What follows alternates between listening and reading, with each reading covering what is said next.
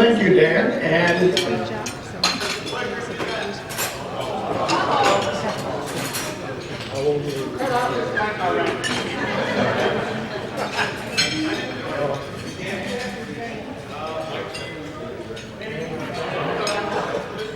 we need a mic check here. I can talk, you might be able to hear me, but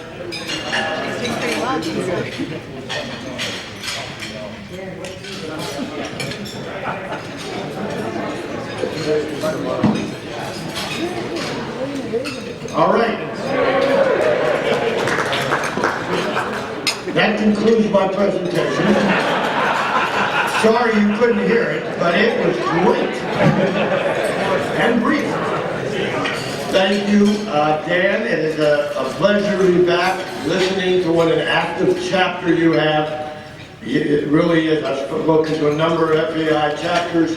I commend and applaud you on the activity and the number of people you have and the great programs you put together. So I'm very pleased to be here. I know I'm in very good company, and kudos to the newly elected presidents or executive officers and the board of directors. Seems like every year I'm here, you have that election. So I don't know if you elect people once a month or if they resign after 1 month or not, but it's a pleasure. Actually, last year, I look back, it was March 10th of last year. And I think, Dan, I think that was my 5th, or this is my 5th anniversary with the organization. So it's really nice to be back for a semi-round number, and as I say, it really is something I look forward to. I gave a lunch talk this morning that PNC hosted, in conjunction with being here this evening. Now there is a handout that I think you have at your table talking about Chicago, and we'll get around to that. But what I want to do is I've done in years past, and of course, what a difference a year makes. But talk to you a bit about the U.S. economy, put it in a global context. I want to talk about the markets. Obviously, we will talk about the new Trump presidency and the Republican-controlled Congress and what they may be doing, and some of the financial implications. And finally, talk a bit about the Fed. And as I say, the region's economy where you live, and things seem to be doing a lot better in this market area, but challenges and more progress ahead. Then we'll open it up to Q&A, and we'll all be on our way. Now, I think I've told you the last couple of years, but for those who are new, and a lot of new members here or guests, that there are 3 types of economists. And just so you know, when you hear an economist speak, what type that is, the 3 types are those who can count and those who can't. Those are the 3. So keep that in mind when you hear some of my numbers and some of my forecasts. We have a little bit of difficulty. But in any event, as I sit here, or stand here, I guess, today, it looks like I'm sitting, but I am actually standing. When I started this job, I've been with PNC for 37 years. I recently transitioned from my chief economist to something we call a senior economic advisor. It was either that or old fart has been, and I just thought senior economic advisor sounded a little more, had a little better cachet to it. But no, I'll be sticking around PNC. If anything, spending more time focusing on clients and prospects and marketing, doing more with the media. So, as I say, this is a great opportunity for me. And we set this up months ago, and Dan called and said, "Does this change anything?" I said, "Absolutely not. This is definitely the kind of things I like to do, what I want to do, and we'll be doing more of. But it just means that I won't necessarily do it starting at 8:30 every morning. Maybe 9, maybe 9:15, depending upon the weather. But in any event, let's talk about the U.S. economy. Let's look backward a little bit to look forward. And it was very nice of you to say that a year ago that I was more right than many of you in the room. I wasn't overly optimistic, but I can remember in the opening months of last year, think about how bad the market was doing, the stock market was doing, it was falling every day, oil prices were collapsing, and there was a lot of talk around about the economy maybe on its last gap, and that's what the markets were signaling, both domestically and globally. And I did come up here with a bit more on, again, March 10th, of a bit more promising forecast. And in a way, things are different in the market. They've certainly done a lot better. But yet there's still a lot of doubt about the economy. And frankly, when some of the data on the economic growth of the economy, something called gross domestic product, sort of our most comprehensive measure, $18 trillion for the U.S. It'll come out, I think, the next Friday for the first quarter, and it's still going to look, frankly, pretty weak, probably less than 1%, give or take. Far from the 3 or 4% that, President Trump has talked about, although it's only the first quarter. So some of the data feels a little bit weaker, but like it did a year ago. But again, I think it's probably a weak start to what's going to finish in a better year. So I'd still consider myself to be, shall we say, cautiously optimistic about the economy. I showed a chart today to the lunch presentation, but I'll just describe it to you. It talks about the length of economic expansion in months. And it goes back now like 50 years. And if you look at how long economic expansion lasted since the 40s, the average was a little over 5 years, like 55 months, call it 5.5 years. We've had some shorter than that. Obviously, we've had some longer than that. Well, right now, the U.S. economy's expansion, which began, and because it's been a very tepid expansion, but in terms of time, it actually began in June of 2009. So we're coming up on 8 years. 8 times 12 is 37 months. Let me take my socks off. It's into the 90s. So we're well beyond, in terms of length, the normal, or not normal, I hate to use that, there's nothing normal in my profession, including those of us who practice it, but the average. And we're well beyond that. And you will hear from pessimistic people that, well, this economy is well past its prime, and in fact, it is well into old age and senility, and doesn't have long to last. But I would strongly disagree with that, because while it has lasted longer in time, it has lacked strength. So the length is there, but the strength is not. We've been growing at about 2% for that GDP on average for almost all of this recovery. And that is clearly less by half than we've often grown in other recoveries that didn't last as long. But in terms of the cumulative growth over the 5.5 years is usually stronger in terms of GDP, because it was stronger, it didn't last as long, but it was stronger. So I don't think one should look at this expansion, because many people that do, and I think wrongly so, and say this thing is so old and so decrepit and has lasted for so long that it's just due to expire. I'm not sure if they're talking about, when they say that, the expansion or me personally, but either way, I would say both of those. The demise of me and the economy are somewhat greatly exaggerated. So I do think that the economy is going to grow, because the things that I look at, that not just the calendar, but define what brings expansion to an end, I just don't see them. You know, corporations are in very good financial shape, large and small. There's no inflationary excesses. It's up a little, but it's not even at the Fed's target. Oil prices have been very well behaved, which in the past have often caused recession when oil prices ballooned, whether it was 73 or 74 or in 80, 81 after the Shah of Iran, or in the early 90s. There have been issues around oil prices. Even in 2008, we had enough problems in the economy, as we recall with the housing market, but what maybe some people forget was during the early part of 2008, oil rose to $150 a barrel. Last year at this time, it was $30 a barrel. So in addition to everything else that was rotten in the U.S. economy in 08 and 09, we also had another oil price shock that accentuated or exaggerated the trouble, not only in the U.S., but the global economy. That's absent today.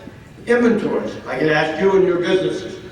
Services, obviously harder to inventory, but in terms of goods produced, does the auto sector have excessive inventory? It's maybe a little above average. The most apparel makers, maybe some of the department stores do, given the churn that's going on in general merchandising and between online or brick and mortar versus buying online. But I don't see the financial excesses. I don't see the inflationary excesses. The Fed has raised rates, 3 times from near zero to now, half to 3/4%. So if you hear people say that the expansion by calendar is extremely old and is due for, on its last leg, that's just not the way to analyze it. You have to look at the underlying health of the expansion, not just its age.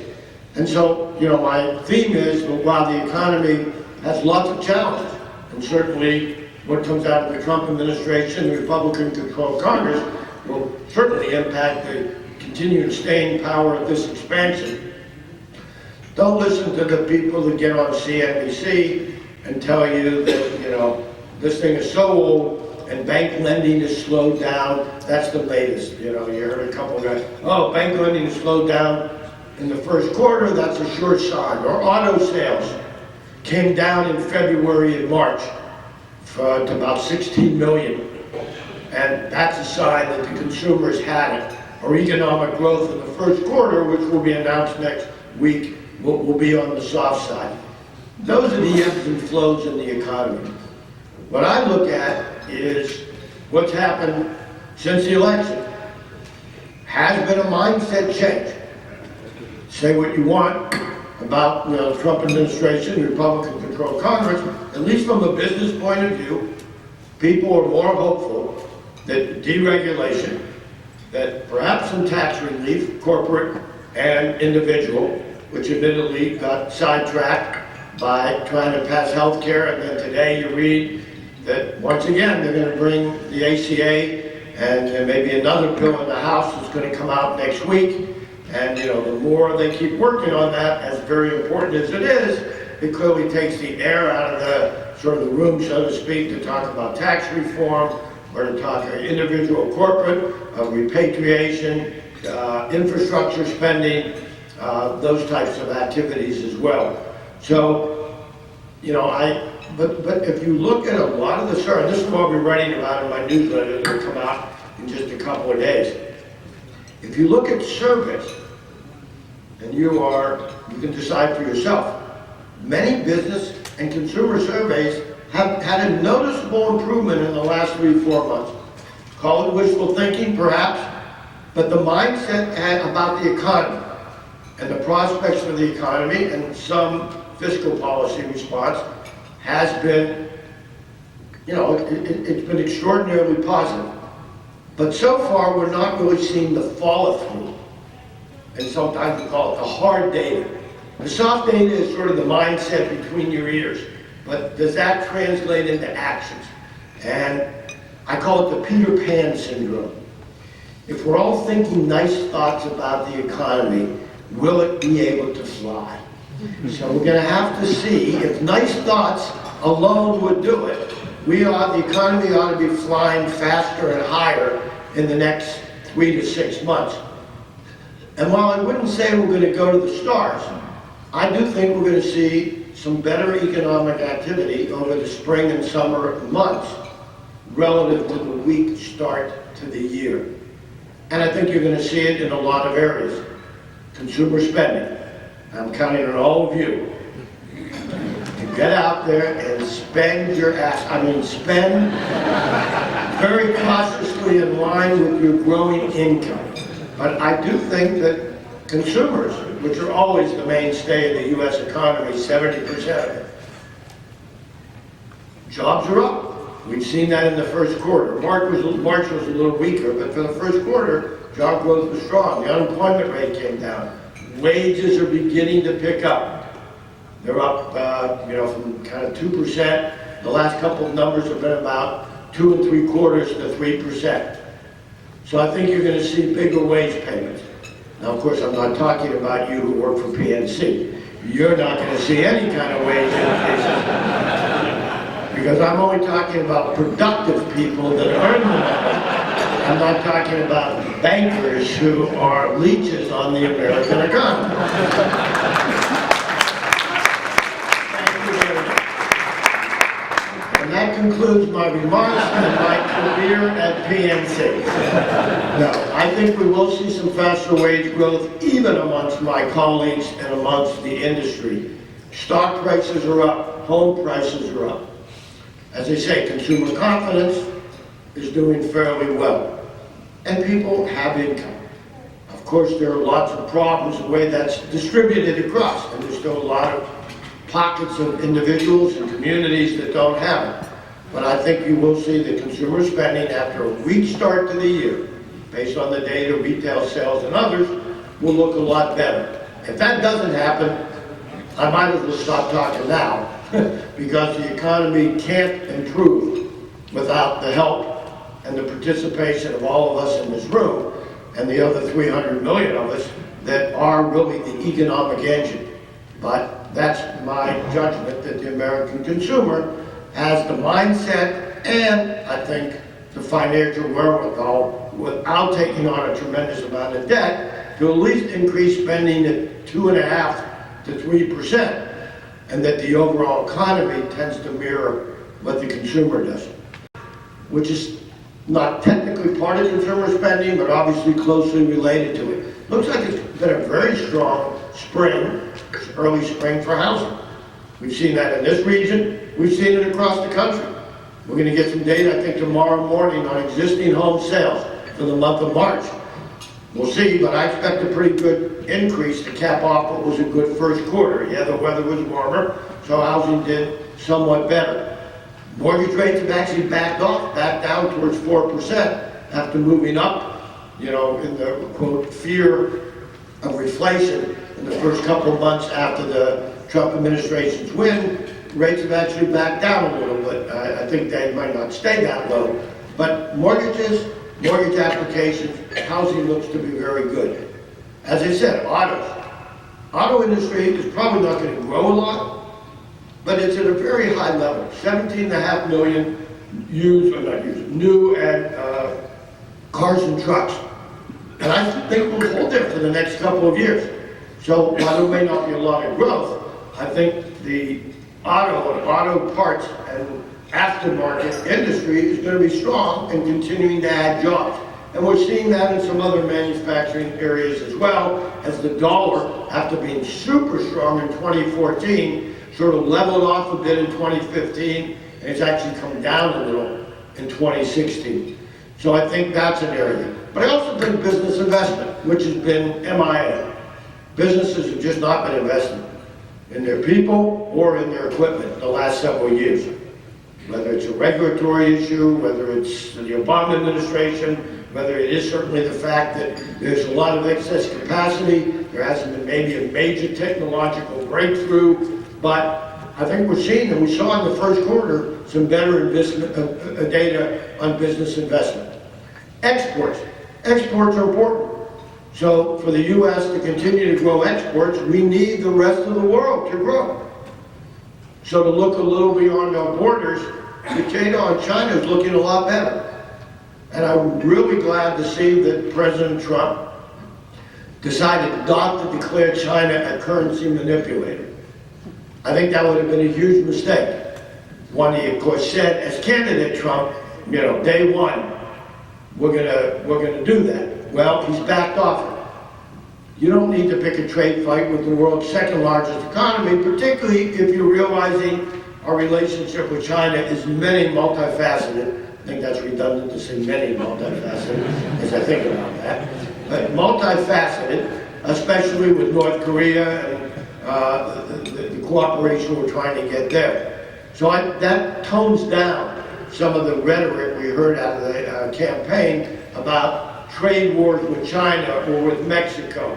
The president's even backed off some of that in terms of the NAFTA renegotiation. They're undergoing a study in the Commerce Department for the next 3 months to try to think about what our trade pacts. Of course, he pulled out of the TPP, but I think some of the stride language, which I think would have been a lose-lose for the U.S. and the world economy, he's backed off that.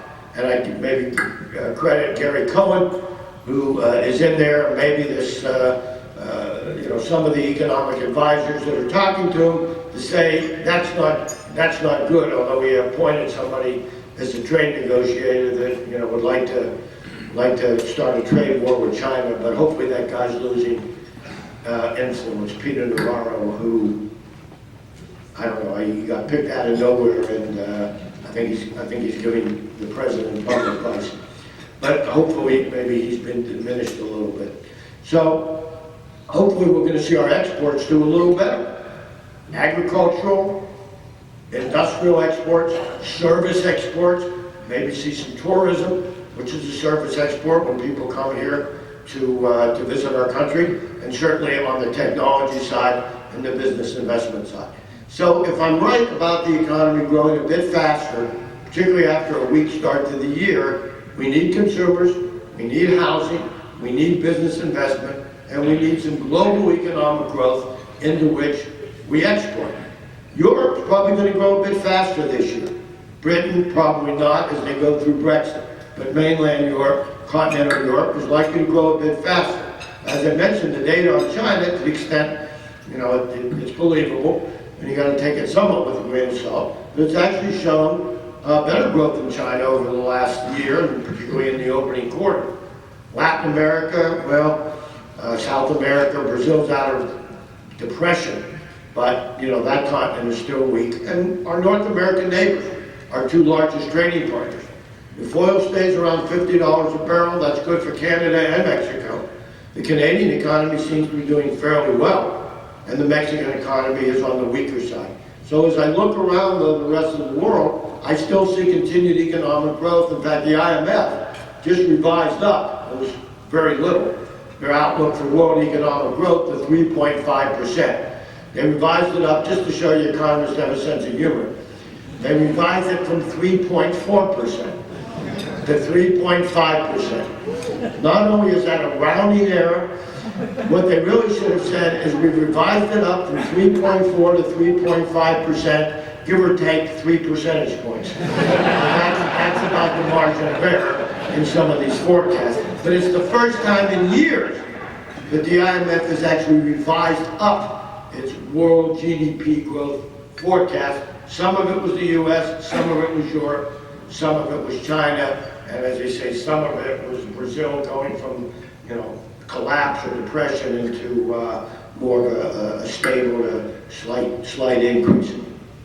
And our forecast for the US, not the IMF's, but ours, is 2.5% for GDP. So we're not setting any houses on fire, and it's far from the 3 or even 4% that President Trump has talked about. We're not getting it, folks. I know sometimes he's not known for stretching the truth or coming up with alternative facts. But if there were a Vegas line on GDP growth, and that line were 4%, bet everything you have on the under. And just hope that the house can afford to pay you, because you're going to have to pay everybody who takes the under on that. But 3% maybe next year, but even that's a stretch when you're deporting people and you're not growing the labor force, and you're maybe going to enlarge the H-1B visa program. But we don't have a lot of labor force growth. We still have many people who are underemployed, outright unemployed, working part-time. So we still have people. We've made a lot of progress on the employment front, but there's still plenty of room for improvement, both on the wage side and getting people who are working part-time, full-time jobs, and as I said, getting people who are unemployed. That rate is still, 4.5%. The so-called underemployment rate is basically double that, 8.9. Now, it was 17 8 years ago when this expansion began. So it's made a lot of progress. Getting it to zero is not normal, but in really good times in the past, the underemployment rate that sometimes you hear about, which is called U6, just means that it's 6 different unemployment rates. U3 is the one we normally talk about. But then you can add in part-time people and other things. You get to something called U6, the 6th, measure of unemployment. And I call it the underemployment rate, and that's 8.9. But in the best of times, in the late 80s, late 90s, in 2006, 2007, that we remember as the good old days, that rate was still almost 8%. So it never gets to 0 or 1 or 2, but 8% over a period of time is 7 would be one of the best we've done. So I think we can get that down, but we've still got a full percentage point, and that still represents 1.5 million to 2.5 million people that could be, shall we say, more gainfully employed. So that's basically our forecast on the economy. I had hoped that we'd get some tax reform, but admittedly, especially if they bring up health care again, that just pushes back. I mentioned the Treasury Secretary said August. People that follow this much more closely say we're not going to get any either corporate or individual tax reform probably to the end of the year, which means it probably doesn't take effect until next year. Infrastructure spending, that was always something that was going to take longer, and that's probably a 2018-2019 period. Corporate tax reform, hopefully include a repatriation tax holiday. That's where you're allowed to bring foreign earnings that the companies have overseas, supposedly as much as $2 trillion. You don't want to bring it back home at a 35% tax rate. You may not even want to bring it home at a 25% tax rate. But if it was a one-time only, never a repeated, we'll do this one time in your lifetime. Just like we did back in 2004. We did a one-time only, never to be repeated, stick a knife through a finger or stick a needle in my eye. If I ever do it again, we're probably going to do it again in 2018. And that will actually raise revenue for the Treasury, which is why it's low-hanging fruit to bring money back in and actually raise some money, because everything else is going to cost money. Tax reform, infrastructure spending, personal income tax reform, corporate income tax reform, those are all revenue losers. And that's why I do worry about the deficit, because I do think we're likely to see the budget deficit worsen over the next several years. In the short run, that'll be a stimulus to the economy.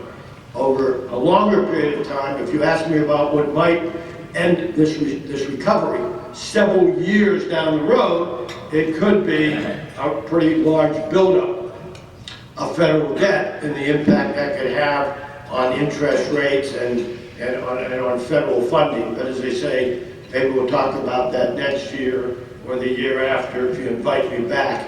But I don't think that that is any kind of an imminent threat to the economy. So if I'm right, what does this imply about the Federal Reserve and interest rates, and what are some of the implications there for the financial markets? Well, the Fed raised rates in March. They raised them last December, the December before. They brought them from 0 up to 0.75% at the short end. The long end, the Treasury, as I mentioned, right after the election, zoomed up to around 2.6%. That's a zoom. Now it's down around 2.25%. We think the Fed will raise rates again in June. 0.25%. They're not going to deviate from that. To do less is de minimis, to do more is vast overkill. And we think they'll probably do it again at the end of the year, and 3 more times next year, and maybe 3 more times the year after. And when you accumulate that, that means rates go back to the 2.5% to 3% range for short-term interest rates at 3% for the prime, so 5.5% to 6%, that frankly we used to think of as normal and not a big problem. But after you spend a decade at near zero, suddenly, that seems up. If you've been, what do they say? If everyone looks tall to me, so if you're at my height, it looks tall. If you start at 0, 3% looks like, oh my God, that's a high rate. Well, through most of my careers and yours, interest rates were at least that high, if not higher. So strategically, and I told you this last year and the year before, we think interest rates are normalizing from something below 1% to something close to 2.5% to 3%. But as I told you, this is a multi-year process. And we're maybe into year 2, and it's probably going to be 4 or 5 years till we get there. But we think we're on the way. And of course, there'll be some zigs and zags along the way, but we think that's where we're headed. If rates go up, as you know, bond prices go down, currently issued bonds. So when PNC, that manages like $250 billion of wealth, and I sit on the investment policy committee, and that's something I'm going to stay involved in, we've been defensive on the bond market. We're not saying sell bonds, not telling clients, particularly individuals older, that want to have the relatively greater security. We like municipal bonds, their yields are quite attractive, but we've been more defensive, shorter duration, shorter average maturity. We like TIPS, which are Treasury inflation protected securities, so if inflation is higher, you at least get paid. We like some floating rate debt. And of course, on the other side, from you as borrowers, we've been saying for some time that if rates are going to rise irregularly, but over time, locking in and maybe taking some protection out so that, yes, rates are low, but even if you think they're going from 1% to 2 to 3, I'm sure there are many good colleagues in the room at PNC are not in this room that can help you mitigate that risk if that's something that you want to do. So we like the stock market better than the bond market. Now, I know the market has done very well. It's had quite a rally post-Trump. It's probably gone flat over the last 6 weeks. It was up today, down yesterday. It's getting a bit more volatile after being unusually calm. So maybe a more volatile day-to-day or week-to-week market would be more normal than not. But we think if we're in a correction right now, and we may well be, that this is more of a buying opportunity. We don't think the market's going down 10, 15, 20%. We just think there's no economic justification, even in the current political environment. But if, we're right now in a, not in unfortunately a war with North Korea, but a war of words, where depending on what happens in Syria, it could well be the market's, going to have some really bad days. Because it worries about that, and rightly so. But our view would be, if you are thinking over the next several years, if the economy is going to continue to grow, if earnings are going to grow with that, but the market is still a better bet than being in cash, because even if cash goes to 2% on yields a couple of years from now, that's still a pretty low return. Bonds, the yields you don't get are great, and if prices are going down as rates go up, your total return may likewise be in the low single digits, if not negative. And we think the stock market, with a lot of volatility, is still the place to be. We say about 2/3 stocks, 1/3 bonds. Of course, it depends on your risk tolerance, your plans, your age, all kinds of things. But sort of for that, quote, balanced man or woman that's investing, we would still be looking at, around 65% of a well-balanced, well-diversified portfolio in stocks, 35% in bonds, and de minimis amount in cash that sort of come and go as, I don't want to say time the market, but as, maybe the market has a bad couple of months, so you put some cash to work that you might have had. So that's our view on the equity market, and it's consistent with the view of the economy in the U.S. We actually like Europe and Japan. We like stocks there. We've liked that for a little while now, a couple of years. The Japanese market's been a tough market to make any money in. It's doing better. Europe's actually done fairly well. Only very recently emerging markets have done very well, but some of that is because the dollar has stabilized, maybe even gone down a little bit. And as I say, the Fed hasn't been aggressive in raising interest rates. So that's sort of our view on the markets, consistent with the overall economic outlook. Clearly, if the economic outlook is wrong and the economy does go into recession, that'll be a bad investment strategy. But, and that will hasten my retirement by quite a or either that or it'll lengthen my stay because you can afford to retire. But that's our view. Let me end just a few minutes on this region, then open up to Q&A. You saw our latest report on the Chicago metro area. We have about 35 of those reports across the PNC region, which is the Midwest, Northeast, Southeast, Mid-Atlantic. So if you're interested on our website, you say, well, that's interesting, but I'm kind of curious what's happening in Michigan, or I'm curious on what's happening in Florida. We have information on that. Plus, I'm also going to share with you a survey. We do a survey of small businesses across the country. Probably businesses like yours in the room and maybe a lot smaller. The results will be released, I think it's May 5th. But I'm going to tell you the results for Chicago because I'm here, knowing that if you leak those, I will either have your loan called or I will have your knees capped. So, take your pick. Great state secret.